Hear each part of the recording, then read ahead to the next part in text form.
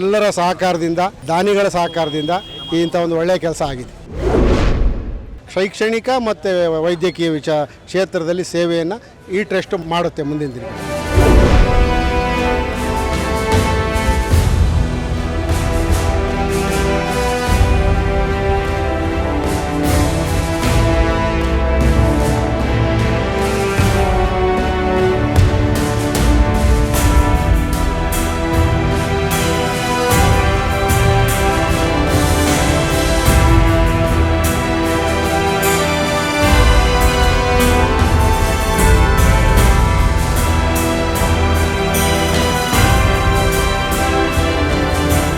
ಇತಿಹಾಸ ಒಂದು ಸೃಷ್ಟಿಸಿದ ಇವತ್ತು ಕೆಂಪೇಗೌಡರದೊಂದು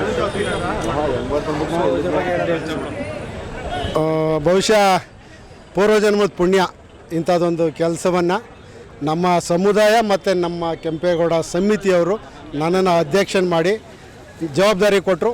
ಅವರೆಲ್ಲರ ಸಹಕಾರದಿಂದ ದಾನಿಗಳ ಸಹಕಾರದಿಂದ ಇಂಥ ಒಂದು ಒಳ್ಳೆಯ ಕೆಲಸ ಆಗಿದೆ. ಖುಷಿ. ಕೆಂಪೇಗೌಡರು ಕೋಟೆ ಅದು 28 ಅಡಿ ಇದೆ, ಪ್ರತಿಮೆ 16 ಅಡಿ ಇದೆ. ಕಾವೇರಿ ಮಾತೆದು 10 ಅಡಿ ವಿಗ್ರಹವನ್ನು ಪ್ರತಿಷ್ಠಾಪನೆ ಮಾಡ್ತಾಯಿದ್ವಿ. ನಮಗೆ ಈಗ ಇವತ್ತು ಯಾರೂ ಕರೆದಿಲ್ಲ. ಹನುಮಂತರಾಯಪ್ಪನವರು ಈ ಒಂದು ಟ್ರಸ್ಟ್ಗೆ ಮತ್ತು ಈ ಒಂದು ಪುಣ್ಯದ ಕೆಲಸಕ್ಕೆ ಬೆನ್ನೆಲುಬಾಗಿ ಮೊದಲಿಂದ ನಿಂತವ್ರೆ. ನಮ್ಮ ಇದೇ ಗ್ರಾಮದ ಮುನಿಗಂಗಪ್ಪನವರು ಜಮೀನ್ದಾರರು ಮತ್ತು ಅಂದಾನಪ್ಪನವರು ಒಂದು ದೊಡ್ಡ ಹೆಸರು. ಮೊದಲಿಂದನೂ ಇದೇ ಊರಿನವರು ಜಮೀನ್ದಾರರು, CMC ಅಧ್ಯಕ್ಷರಾಗಿದ್ದವರು. ಇವರು 3 ಜನ ಇವತ್ತು ಅತಿಥಿಗಳಾಗಿ ಬಂದಿದ್ದರು. ಅದಲ್ಲದೆ ನಮ್ಮ ಕಾರ್ಪೊರೇಟ್ರುಗಳೊಂದು ವೇಲು ನಾಯಕ್ ಅವರು, ಆಸಾ ಸುರೇಶ್ ಅವರು, ಮೋಹನ್ ಕುಮಾರು, ಹೀಗೆ ಒಂದಷ್ಟು ಜನ ಕಾರ್ಪೊರೇಟ್ರುಗಳು ಬಂದಿದ್ದರು. ನಾವು ನಂಜುಂಡಪ್ಪರು ಬಂದಿದ್ದರು, ನಮ್ಮ ಆಡಳಿತ ಪಕ್ಷದ ನಾಯಕರಾಗಿದ್ದ ಶಿವರಾಜ್ ಅವರು ಬಂದಿದ್ದರು. ಹಿಂಗೆ ಇತರ ಇನ್ನೂ ಹಲವಾರು ನಮ್ಮ ರಾಜಕಾರಣಿಗಳು ಬಂದಿದ್ದರು. ಮುಂದಿನ ಒಂದು ಉದ್ಘಾಟನೆಗೆ ರಾಜ್ಯದ ಮುಖ್ಯಮಂತ್ರಿ ಮತ್ತು ಮಂತ್ರಿಮಂಡಲ, ಹಲವಾರು ನಮ್ಮ ಸಮುದಾಯದ ಗಣ್ಯರು, ಬೇರೆ ಬೇರೆ ಸಮುದಾಯದ ಗಣ್ಯರು, ಸ್ವಾಮೀಜಿಗಳು ಎಲ್ಲರೂ ಕರೆಸಿ ಒಂದು ತುಂಬ ವ್ಯವಸ್ಥಿತವಾದ ಒಂದು ಕಾರ್ಯಕ್ರಮವನ್ನು ಹಮ್ಮಿಕೋತೀವಿ. ಸರ್, ಇದನ್ನೇನು ಪ್ರವಾಸಿಗರ ತಾಣ ಮಾಡಬೇಕು ಅಂತ ಯಾರು ಈ ವಾತಾವರಣ ನೋಡಿದ್ರೆ ಪ್ರವಾಸಿ ತಾಣನೇ ಆಗುತ್ತೆ.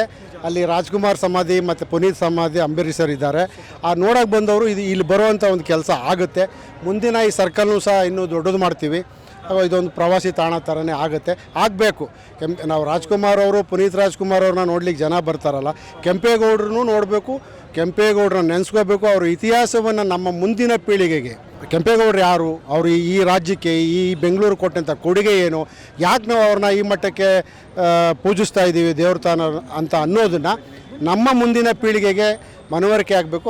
ಆ ಕೆಲಸವನ್ನು ನಮ್ಮ ಸಮಿತಿಯಿಂದ ಮಾಡ್ತೀವಿ. ಸರ್ಕಾರದ ಯಾವುದೇ ಸಹಾಯವನ್ನು ನಾವು ಇದುವರೆಗೂ ತಗೊಂಡಿಲ್ಲ, ಸರ್ಕಾರಕ್ಕೆ ಬೇಡಿಕೆಯೂ ಇಟ್ಟಿಲ್ಲ. ನಾವು ಜಾಗನೂ ಸಹ ನಮ್ಮ ಸ್ವಂತ ದುಡ್ಡಲ್ಲೇ ಖರೀದಿ ಮಾಡಿದ್ದೀವಿ. ಇದು BBMP ಅಥವಾ ಸರ್ಕಾರದ ಆಸ್ತಿ ಅಲ್ಲ, ನಮ್ಮ ಟ್ರಸ್ಟ್ಗೆ ರಿಜಿಸ್ಟರ್ ಆಗಿದೆ. ಸೊ ಹಾಗಾಗಿ ಸರ್ಕಾರದ ಸಹಾಯ ಇದುವರೆಗೂ ತಗೊಂಡಿಲ್ಲ. ಮುಂದಿನ ದಿನಗಳಲ್ಲಿ ಕೆಂಪೇಗೌಡರ ಜಯಂತಿಯನ್ನು ಮಾಡುವಂಥ ಸಂದರ್ಭದಲ್ಲಿ ಸರ್ಕಾರದಿಂದ ಸೌಲಭ್ಯ ಸಿಕ್ಕಿದ್ರೆ ಖಂಡಿತ ತಗೊಳ್ತೀವಿ. ಕೂಗಳತಿಯಲ್ಲಿ ಸುಮ್ನಹಳ್ಳಿನಲ್ಲಿ ಕೆಂಪೇಗೌಡ ಅಭಿವೃದ್ಧಿ ಪ್ರಾಧಿಕಾರ ಬರ್ತಾಯಿದೆ. ಪ್ರಾಧಿಕಾರ ಮಾಡ್ತಾ ಇರೋದೇ ಸಮುದಾಯದ ಏಳಿಗೆಗೆ, ಸರ್ವತೋಮುಖ ಅಭಿವೃದ್ಧಿಗೆ ಅಂತೇಳಿ ಮಾಡ್ತಾಯಿದ್ದಾರೆ.